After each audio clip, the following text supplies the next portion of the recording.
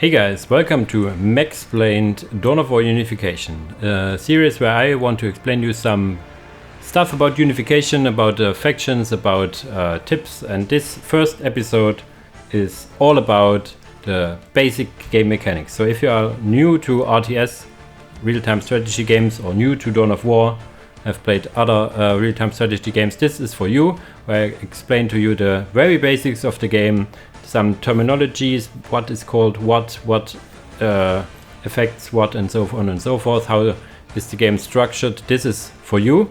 And yeah, without further ado, I will jump into an actual game against the AI, where I am gonna show you and explain you the basics. So see you in a second. Alright, and here we are in an actual game. Okay, I have the AI disabled and stuff, so I can explain everything to you. But yeah, I have here 3 pages of notes I want to talk about to you. The first one is very, very basic. I told you that Dawn of War is a real-time strategy game. So what is a real-time strategy game all about? It's, as the name states, it's real-time. So everything I do here has some timing implications. Okay, in dev mode, not so much, but everything that takes time. Unit move from here to there, it takes time. The unit to build stuff takes time. So you have to manage your attention to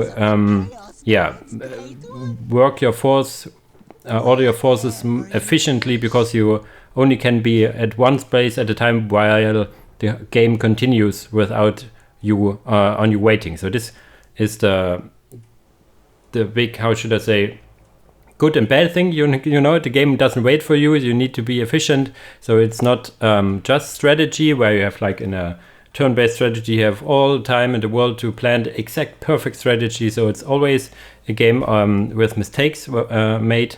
So yeah, make your mistakes less and you can win more games. Yeah, and strategy, as I told you, is like put a strategy out, build units, build structures, researches, abilities, use them to defeat the enemy. So, and the question is, how do you defeat the enemy? There are 3 basic game rules that are considered standard in PvP. One is annihilate, which basically we can look it over here. Annihilate enemy force by destroying his base building capable unit of production. So kill every enemy building that can produce units. So their barracks, their HQ, stuff like that. If these buildings fall, you win. But there are 2 more that are very important in my mind. That is take and hold. Take and hold half the critical locations. We will talk about what critical locations are and whatsoever. And hold over 66% of strategic points. So in Dawn of War, your goal is to capture points. You send out units and capture the points. They will raise a flag and then it will slowly move upwards, and at some point then it will be your point. What benefits it has, I will tell you later. But there are special points. There are strategic points. These are basically your resource points you could think of. And if you have 66% of all the strategic points, you get a little countdown, and when the countdown is down, you won the game. Similar, this is control area. Similar to take and hold, you have these critical locations. Most maps have 3. If you hold more than half of it, so this would be 2 in this instance, and hold it for some time, you win. You might think, oh, that's lame, I don't kill stuff to win. It's basically to prevent turtling. If someone turtles really up, towers here, towers there, defensive units over here, there needs to be a mechanism to get them out on the field and fight you, basically. So this is why these game modes are very important. So let's talk about resources. I told you that you need units, researches, buildings, but for all of these you need resources. What are the resources in the game? You see on the top left, it is like the maximum resource, because I'm like this showcase mode. Normally this would not be this high and would tick up. You have requisition, which is your basic resource. All starting units cost requisition. Your first buildings cost requisition. So this is your basic resource. And then you have power, which is meant for researches, for taking up for higher tier units. So better quality units will need power. So you need both later on. If you want to compare it to like StarCraft, these are your crystals, like your you know, like the blue, and the green here is more or less your Vespine gas, you know. So this is kind of your tech resource and your basic resource. How do you get these resources? Requisition is gained from your HQ building. So you start with some requisition and it slowly ticks up over time, generally these resources. So the numbers you see over here is your income over 10 seconds. So you get 2.6 requisition per second now and 0 power. So I told you your HQ gives you resources generated, in this case requisition. Every HQ in the game gives you requisition. Requisition is also gained by holding strategic points, +6. Critical location and relics, you see here, relic is basically a special strategic point, is a tech requirement for some, will also give you +6 income. And you can build on strategic points and relics. When you have conquered them, you can build up listening posts. Most factions have listening posts. I think almost every faction has listening posts. Sometimes they're called listening shrine, listening output, whatever. It's the same building. You put it on a captured strategic point, which grants you a small gift. Gift is meant that it's if it's finished, you get 50 requisition right away, and then the resource goes to +12. Then you can upgrade these points to get to +18, and if I would upgrade it more, it would go to +24. The basic thing is you want to capture your strategic points and relic and build one listening post. Upgrading is not as important, but building your listening posts on it is very important to get your economy up. So this is requisition. How do you get power? For power, you build power generators, these plasma generators. These are basic buildings. Every plasma generator you own gives you +10 power.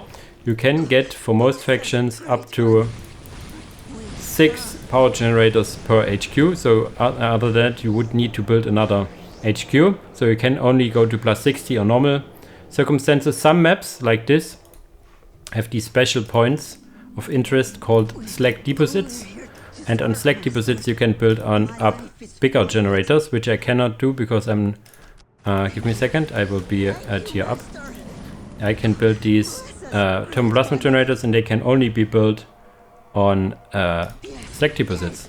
These provide you quite a lot of resources. This is the building with the biggest rate of paying for itself. These thermoplasma generators, so they are highly sought after, and you want to build whenever you can on it. These resources also can be... the income from the resource can also be increased by upgrades. Most factions have like requisition upgrades or power upgrades, which increases your income by a certain percentage. You see this number is now getting bigger, and now is the power also getting bigger. And there's a third resource which most people don't think about. It is time. In some games you would call it opportunity cost. So like getting your unit over here and capturing this critical location might not seem like a big thing, but this unit cannot do anything else while it does this. So this is costing you time in the sense that this unit cannot be used for anything else. So everything you do, I have this special mode on normally, would take some time. They would not pop out immediately. They would need some time to train. The upgrading would need some time. Building needs some time. Everything needs time. The abilities on units, give me a second, have a cooldown. So if I throw these doom bolts out, now they are on cooldown, costing me time, so I cannot use it right away. So time is a very important resource to have in mind, because something seems to be free, just moving around your units, but it still costs you the time to do so. So the units cannot do anything else. Okay. So these are the resources, and you see something else on this overview over here. It's the quote-unquote pop caps. In other games you would call it supply, and they are for most factions. There are always exceptions in Unification in particular, but most factions have this so-called squad cap. We will talk about squads later on.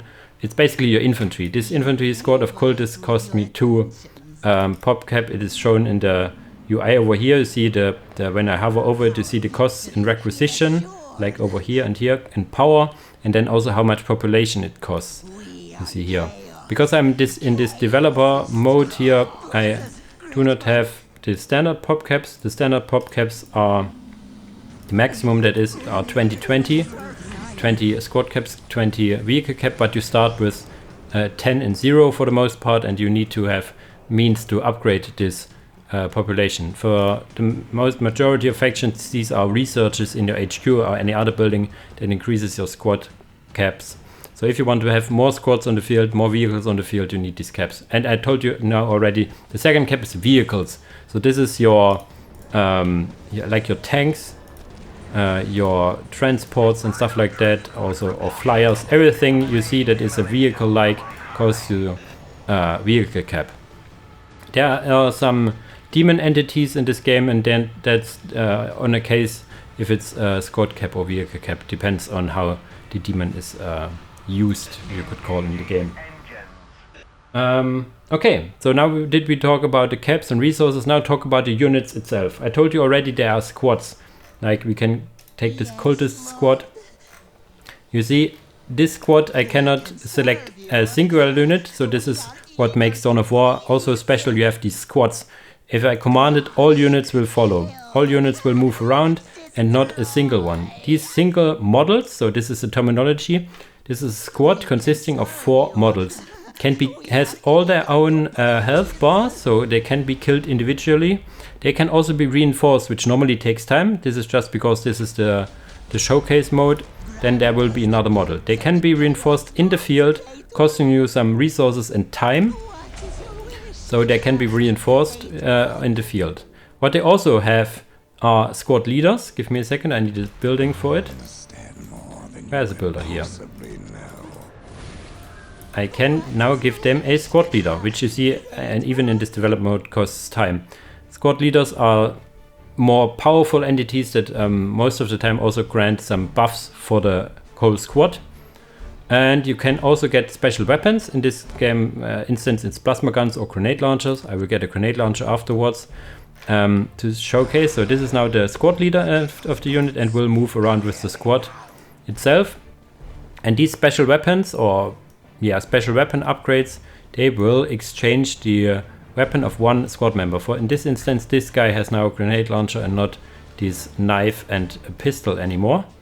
And you see here on the bottom in the unit card that the maximum squad size is now 11. It was 10 before, but you got the squad leader, and the maximum number of special weapons. So if I get now a plasma gun, I have 2 out of 2, and they cannot do anything else. So these are squads.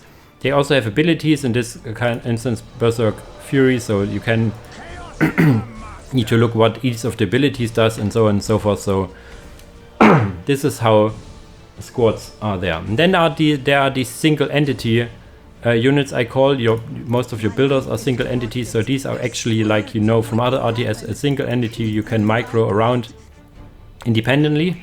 And also these vehicles are always single entities. Commander units like this Sorcerer are entities, and they can be moved around freely on its own. So before we talk about unit control, let us quickly talk about some of the commanders. They have this special thing which is called attach or detach. Some commanders, not all, can attach to a squad. So they can, if they do not want to be alone, quote unquote, you can attach them. If you click this, or I use the hotkey, they can become part of the squad. So you see now this is now a maximum of 12 because of the Sorcerer. He will now move around.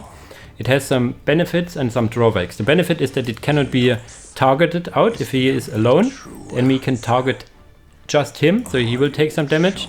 If he is in the squad, they cannot target him. The drawback is that you cannot micro him independently. So you have no 2 squads, so you cannot move around to move them independently, which has some benefits on its own. And you see some abilities are disabled, like this teleport ability. If he's in the squad, is not available anymore. So these are the drawbacks of attaching to a squad. But this also not, but other units grant also bonuses to the squad if they are attached to a unit. So attach, detach, that's that. So you've seen me moving around these units here. So we will now talk a bit about unit control, how you can control your units. As I told you, there's like the difference in the squad, where the whole squad will move, or the single entity where you can have them move independently from one another. So this is something to note. Something while we're talking about it, it is most of the time better to have more squads, like 2 squads of 4 than having 1 squad of 8. I will show you the difference. So you might think these are 8 and these are 4, 2 times 4, so they must be the same, but the difference is I can only move these 8 at once. If I want them to do different stuff, this is superior. It costs more squad cap, but in general it is better to have more squads than having more models on a squad. To be able to be more specific with what you can do with them. So what can you do with squads and vehicles and stuff? You can move them around with right click, so they move where you want it. You can A click, if you click A and then left click, they move to this position and attack everything they come across. Very important move, because if you are not sure where the enemy is, it is almost better to A move, so they actually will fight if there's an enemy and not just move past them while getting shot in the face. You can call them stop with the hotkey is Q, which is very important if you want to have them in a particular position.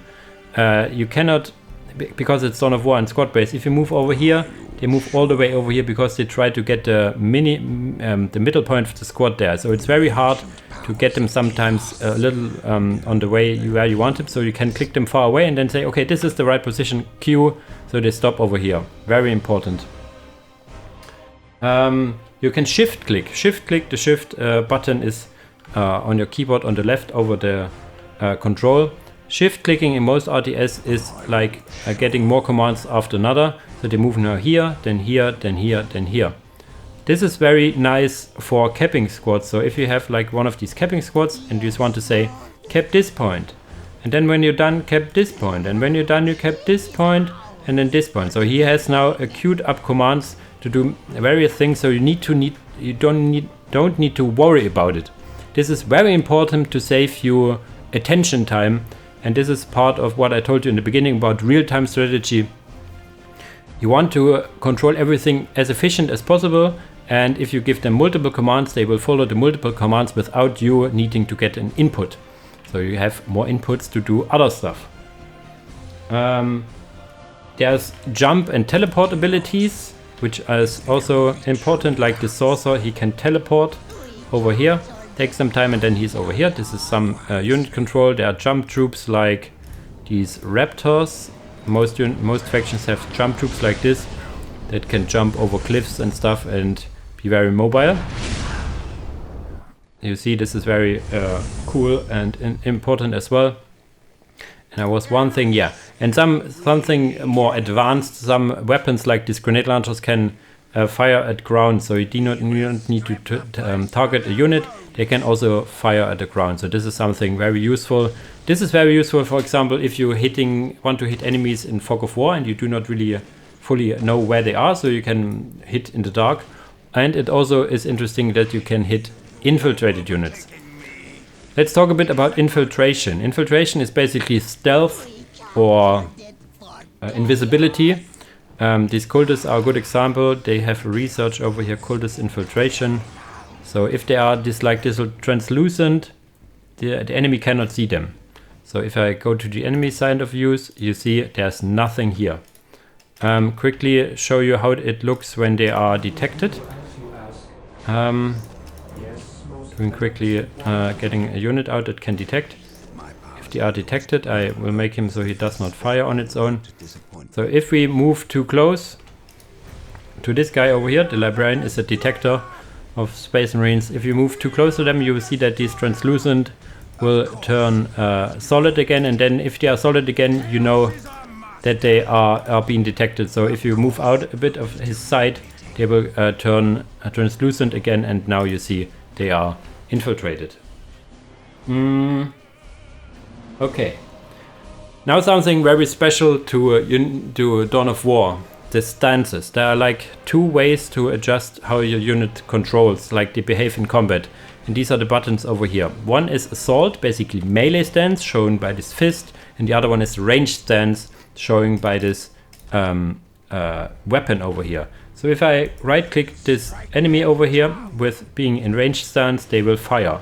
If I move a little closer, you see right click, they will fire at this guy in range. If I switch it to melee, they will run into melee and go into melee combat. That's the whole thing, the whole concept of Dawn of War, which is called tying a squad into melee. So if we do it the other way around, these guys don't do a thing for a second. So in January, okay, maybe we can let them shoot a bit. I will talk about these stances later. So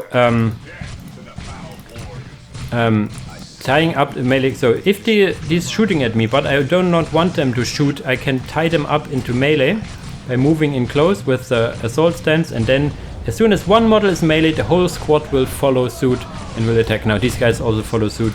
Give them a short lesson, not to attack a librarian. So these squads cannot shoot anymore. So there's this little tango about I want to shoot at you, but he comes into melee, so I want to avoid it. So this is called kiting. I move back and try to shoot at him again. So this is the whole idea of going into melee or staying in ranged, depending on the squad and unit and what its role is. There's a whole depth in just this mechanic. So now we talk about these stances over here. There's your stand crowd stance. This is basically this unit will not move even if there's enemy approaching. They quickly switch over again. Do we have a unit over here? Yes. So if we come close to this guy will shoot, but he will not pursue. You see here? He will shoot, he will fire back, but he will not move out of his position. So if he move out, he will stay there. If he change his stance to yellow, the so-called hold ground stance, he will, if a unit comes in a little closer in his engagement range, he will come and engage on its own basically. Even in melee, because he's in melee stance. But if he move away out of his aggro range, call it that, he will move back. Now let's see what happens if we put him in the red stance and the attack stance. If we now come close to his range, he will also pursue and try to attack us, but he will not stop. So if we move over here, he should follow us until the end of days. So he will not stop until he has killed us or given another order. This is very useful when you go with melee squads. You right click them on the enemy squad and they will follow until they die or getting other controls ordered under other orders, you could say. So generally speaking, this blue stance is the general superior stance because you do not want to have your units move on your own. They can be like lured into traps and getting killed. So generally put every unit on blue stance. If you want to go into melee and want to have them follow this one squad around until the end of Earth, until the end of time, you use the red stance. If you want to be a little more conservative, use the blue stance. There are more stances, like this burn stance. Not sure really what this is. This is just if there is other units around and buildings, it will prioritize buildings, which is something I never use. And there's this ceasefire stance where they will not fire back or attack even if they are being attacked. This is only really useful in a very handful of circumstances. If you have like infiltrated units and you do not want to reveal yourself like that there is an infiltrated unit, you can put them on ceasefire stance so they will not shoot, so the enemy might not see them. You can kind of see the enemy infiltrated squads if you are looking closely enough, but if you want to be a little more stealthy, you could use the ceasefire stance. So to put it back, the blue stance is generally the best stance used, especially on ranged squads. On melee squads you can use the green, yellow or red stance. For now we stay on these blue. So this is a lot of info, I know, but this is very important. A lot of beginners do not use the stances right. So this is something you really want to keep in mind when playing the game. Okay, now we talked a lot about unit control, about engaging in combat. Let's talk about damage. Damage is one of the most complicated things about Dawn of War because there's no like standard weapons that do like standard damage. Every weapon in the game of every unit, like this guy has 2 weapons, like this bolt pistol and these staff here. They have different different damage types, and these do different damage to all the different 15 armor classes that are in the game. Armor classes. What is an armor class? A unit has an armor class. This guy has armor class commander. The weapon he has does X damage to commander, but does completely another damage to infantry or vehicles, aircraft, buildings. They have all very special ways of dealing damage to something. What a unit is generally being used to fight is here on the unit card. It tells you that the librarian is normally good at fighting infantry or heavy infantry. This unit card is not always exact and always helpful, but it gives you a general indication of what the unit is capable of. Also, these numbers of melee and range damage, please ignore them. This is an engine related stuff. These values do not reflect the actual damage of the unit. You can ignore them completely. They show you like the basic damage of one of the weapons, but it does not calculate like how often does it strike, what armor class is it good against, what accuracy has it. So this is all not in here. So forget about these numbers. Just know about your intuition, about playing a lot, about watching guides. They'll tell you what unit is good against what. I have a lot of guides and will do a lot of guides. So if you want to get in more information about a specific unit of a faction, go and watch my faction guides, for example.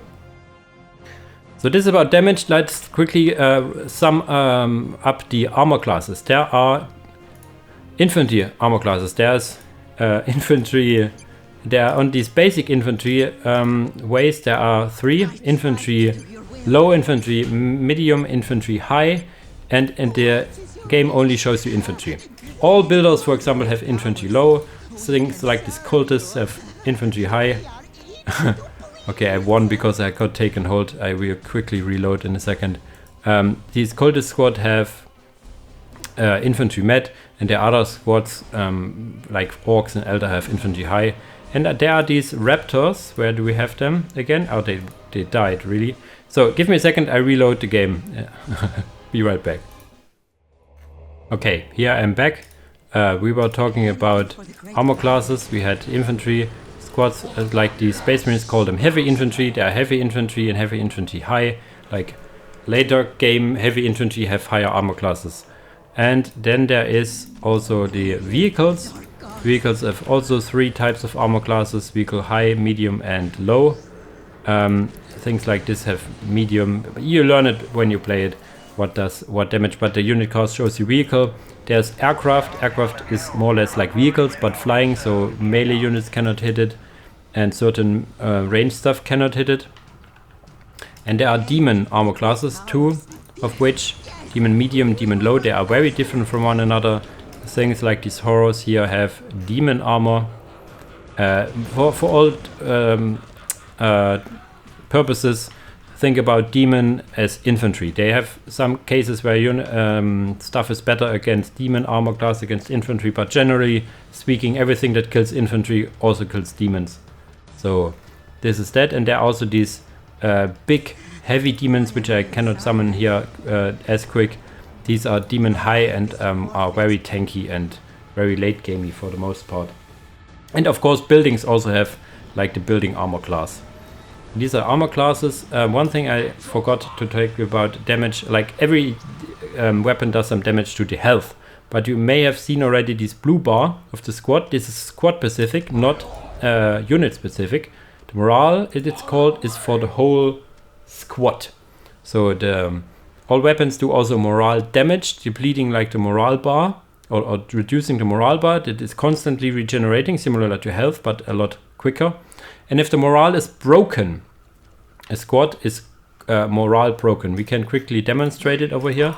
Let's move these guys over here, get some Space Marines, and with flamers. Flamers are generally very good morale weaponry. They have these flamers available, and we will shoot the Chaos Space Marines, and you will see that their morale bar will reduce and at some point break. When they lost their morale is quote-unquote broken, which has serious drawbacks. One benefit is that your unit moves a bit faster, but it is the only benefit really. We were now getting shot a bit by the flamer, and you see they get health damage, but they also get morale damage. Even also if a model dies, some morale damage is being dealt as well. So you see now the morale is broken, indicating by these yellow, red thingies. You see they move a little faster, but on the counter side they only deal 10% of their damage now. The accuracy is absolutely abysmal. You see he cannot even hit a single shot. Now there are 2 shots hitting, but generally what you want to do if your morale is broken is run away and wait until your morale is being restored. It takes a bit, you see here, and at some point these red circles will go away, and then there's quote-unquote normal again, so they have their full accuracy, their full damage output. You see it takes quite some time actually to get them back in shape here. Quite a lot actually. Can you please? Yeah, now they are back to a quote-unquote normal, in a normal way. So morale breaking, morale stability is also a core game mechanic of Dawn of War. So you can not only win by like killing models, you can also win by breaking the enemy morale, so they cannot deal any damage to you and you will kill their models slowly but surely. There are different ways of increasing damage and morale and stuff. I will name you a few. Damage boosts can be from upgrades of the squad, like there are upgrades. I can demonstrate here, like these targeters increase the damage, the bionics increase the health, for example, and the targeters increase the damage of these Space Marines here. So there are upgrades. But there are also like auras from commanders, which I can quickly demonstrate here if I get a builder.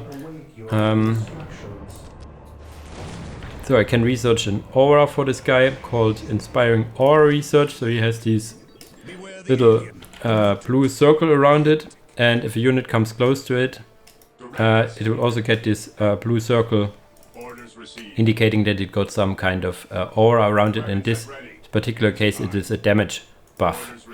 You see here now. I'm also indicating normally in the unit card are these yellow thingies is an attack bonus, not sure why they have an attack bonus here, and blue being a defense bonus, you see here.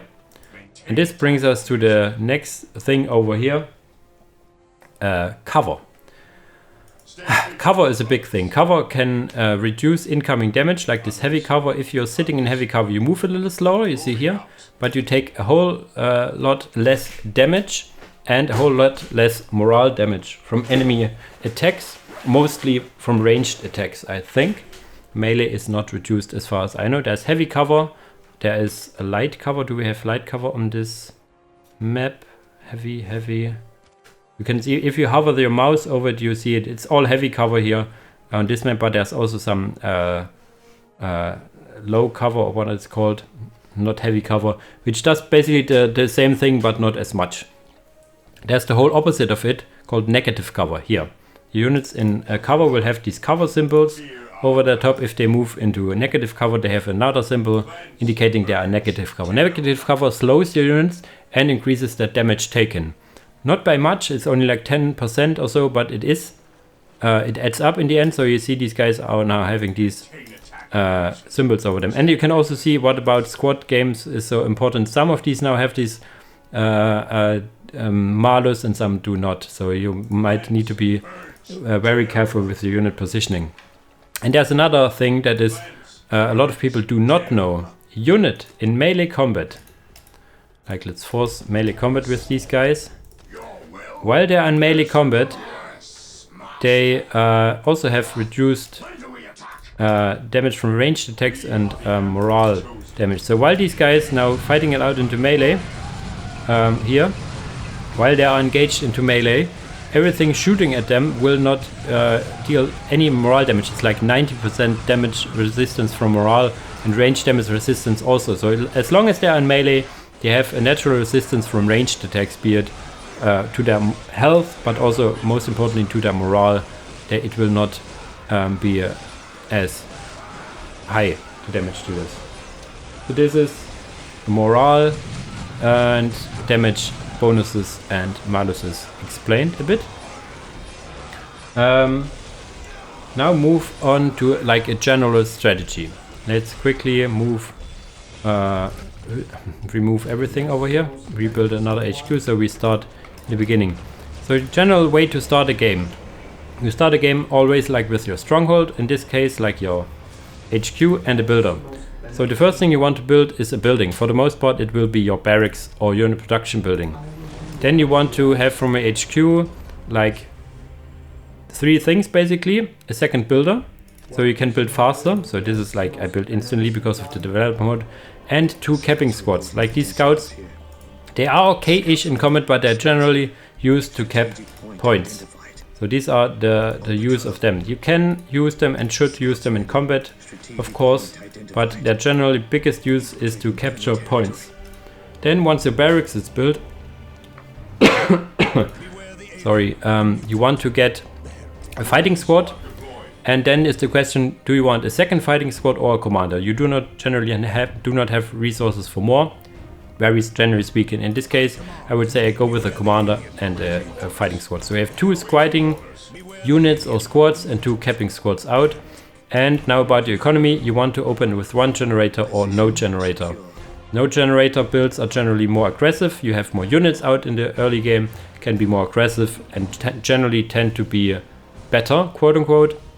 Some factions really need to open with a generator like Elder or Imperial Guard, because they are more defensive in the early game, so you want to have the generator ticking in the resources. Then you want to capture your points, want to build your listening post as fast as you can, upgrading maybe 1 or 2 and then getting a second generator, sometimes 3 depending on the factions, and then you tech up. So, and this brings us to the whole thing of teching. What is teching? And tiering, and what is tiers? This is a concept many RTS have, like Warcraft, like even Starcraft from if you look at Zerg, you have these upgrades of the HQ. In Dawn of War, you have generally 4 tiers: tier 1, tier 2, tier 3, tier 4. To advance to a tier, you generally, for most factions, upgrade your HQ. Monasteer tier 2 is called. It is in all the researches or add-ons or whatever it is written in the description what tier it enables. This is something done in 7.0 to make it very clear what is in tier up and what is not. So, in generally speaking, tier 1, you see here all tier 1 units and stuff. Tier 1 is like your starting tier, gives you infantry options, gives you the first commander options to capture the game at points, and a stable and foothold basically. You generally will not win in tier 1 because stuff like upgraded listening posts have guns on them and cannot be killed easily. So this prevents like fast rushes to win the game. You even can sometimes build like these turrets, defensive structures, and they are really good in tier 1 because they are really good at killing infantry. And all you have in tier 1 for most factions is infantry and maybe some commanders. So generally speaking, you do not win in tier 1. In tier 2, you get a variety of new units. For example, you get these Devastators, which are a high damage, low mobility unit. You get your first vehicles. There are no vehicles, or mostly no vehicles in tier 1. So you get your first, like here, Land Speeder, or Dreadnought, or Land Speeder Tempest in this case. So these are vehicles that can be very efficient, especially if you are fast attacking and the enemy does not have the weapons to kill vehicles. Because for the most part, your ways to kill vehicles is also enabled in tier 2. So well-timed tier 2 is something you really want to have when playing around. Like for Space Marines, these Space Marine squads in tier 2 get missile launchers, which is very potent anti-vehicle, for example. So most games are decided in tier 2. You get a little advantage or disadvantage in tier 1, can either fight back in tier 2 or the advantage surmounts and you will die. If you can continue and have an even game in tier 2, you can then also capture tech to tier 3. In tier 3, like the really big boys now come out. Like for Space Marines, you get like these Terminators and stuff like this. That's a really big endgame infantry, you could say. some better vehicles like this Predator tank, like actually tanks, not support vehicles, like actually tanks. So these units are game ending in the right circumstances. But if the enemy also is in tier 3 and can fend them back, you may or may not be able to tier 4. And tier 4 is where then the really big things come. Big upgrades, big units, artillery, all the good stuff. And they are the so-called relic units. For the relic units you need to capture one of these relic points on the map. There's generally speaking 2 relics on a 2-player map, so everyone can have a relic unit. These are limited to 1 for the most part, and really big game-ending units. These are meant to be like tanks or big demons or big flyer ships moving around wanting to end the game. So these are the tiers. Unification gets new tiers, so to speak, which are Titan tiers. For the vanilla factions you get like this special new building, the Greater Machine Nave, which enables your Titans. For the Titans you want to have captured relic and critical location, like we do already have here. Once this relic is captured, I can get my tier 1 Titan, and there's very expensive and very time-consuming research for the most factions, which enables my tier 2 Titans. So these are the quote-unquote more tiers, but it's more like enabling more bigger units. They are basically like your relic units, but bigger and meaner. So getting to Titans is generally nothing you will see in a one-on-one game. As I said, one-on-one games mostly end in tier 2, sometimes tier 3, sometimes tier 1, and very seldom you have some games that going on to tier 4 or even Titan tier, so you see these beauties around. If you want to see more of Titans, you want to play team games or against the AI, or there are like this game mode survival where you play a defensive game in your base and defending against waves as enemies. There you will go to Titan tiers and see these big units move around and fire. And this is tiering. And I think this wraps up for the most part the things I wanted to tell you about Dawn of War Unification. Try it out for yourself first against the AI a bit. Experiment with the different options you have when setting up a game. Experiment with the units. Watch some casts, watch some guides to get a more in-depth view of things if you so desire. And yeah, it's a really fun game. I enjoy it quite a lot. You might notice that I have quite a library of Unification casts and guides and stuff, because it's just such a nice game. Dawn of War was one of the games that stuck in my head for a long time, being good but old and not being like beginner friendly, so I struggled to get a foothold. And then I saw Unification and was like, oh my god, they made like these new factions and new stuff. It is like the DLC, like the what is it called? It's not DLC, we called it back in the day expansions Dawn of War ever needed, and it was so awesome. So I want to help new players to set foot in this beautiful game, and maybe at some point even head into the PvP and the multiplayer and fight it out over there, because this is, in my opinion, where the biggest fun lies in this game. Okay, with this little talk in the end, I want to conclude this episode. There are more episodes in this playlist about more advanced tips, like the episode 2. I will rebrand it in the numbering a bit for this version. And the episode 2 is about tip collection. So if you have all these basics nailed down, I showed you here, you understand how the game works in general and want to get better. Like how can I defeat harder AI? I'm always struggling to defeat harder AI. Watch the second game here, basic tips and strategies. These really enable you to be more efficient, more effective, and more victorious, you could say, against AI. And if you have them nailed down as well, you can also head into PvP with more confidence. Later in this playlist there are all the faction guides, and at this point of recording I am in the process of reorganizing them, like making the numbering different, recording new faction guides and stuff like that. So if you are watching this right away, stay tuned, stay with me. There will be new videos on the horizon soon. Alright, enough talk from me. Thanks for watching, guys, and see you in the next video. Bye bye.